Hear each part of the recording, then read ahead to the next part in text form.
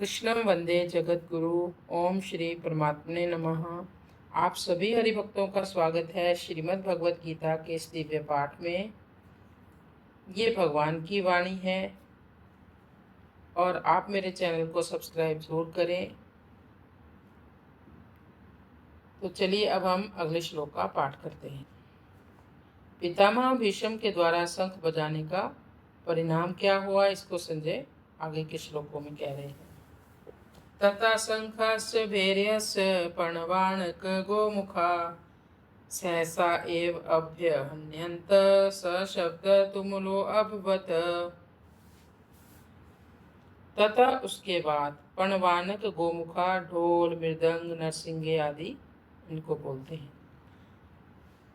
यद्यपि भीष्म जी ने युद्ध आरंभ की घोषणा करने के लिए शंख बजाया था, केवल दुर्योधन को प्रसन्न करने के लिए, फिर भी कौरव सेना ने भीष्म जी के शंख बजाने को युद्ध की घोषणा समझ लिया। इसलिए भीष्म जी के शंख बजाने पर कौरव सेना के शंख आदि सब बाजे बज उठे।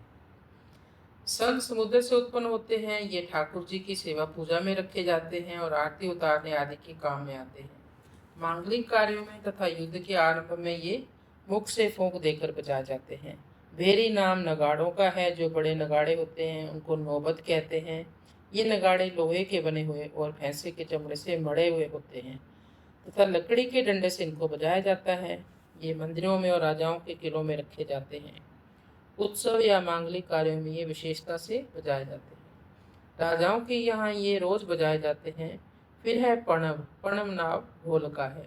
ये लोहे के या लकड़ी के बने हुए होते हैं और बकरे के चमड़े से मढ़े होते हैं। हाथ से या लकड़ी के डंडे से इसको बजाया जाता है। ये आकार में ढोल की तरह ही होते हैं, तो इसके ढोलकी से बड़े होते हैं थोड़े। कार्य के आरंभ में पणवों को बजाना गणेश जी के पूजन के समान मांगलिक माना जाता है। आनक नाम मृदंग का है। मृदंग इनको पखावज भी कहते हैं। आकार में ये लकड़ी की बनाई हुई ढोलकी के जैसे ही होते हैं। ये मिट्टी के बने हुए चमड़े से मढ़े हुए होते हैं और हाथ से बजाए जाते हैं। गोमुख नाम नरसिंगे का है। ये आकार में सांप की तरह टेढ़े मेढ़े होते हैं गोमुख, और इनका मुख गाय की तरह होता है। ये मुख की फूंक से बजाए जाते हैं। सहसा एव अभ्य हन्यंत। कौरव सेना में उत्साह बहुत था, इसलिए पितामह भीष्म का शंख बजते ही कौरव सेना के सब बाजे अनायास ही एक साथ बज उठे।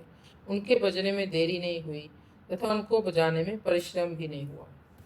सशब्द तुमलो अपवत। अलग अलग विभागों में टुकड़ियों में खड़ी हुई कौरव सेना के शंख आदि बाजों का शब्द जो था वो बहुत भयंकर हुआ, अर्थात उनकी आवाज बड़ी जोर से गूंजती रही, काफी देर तक गूंजती रही।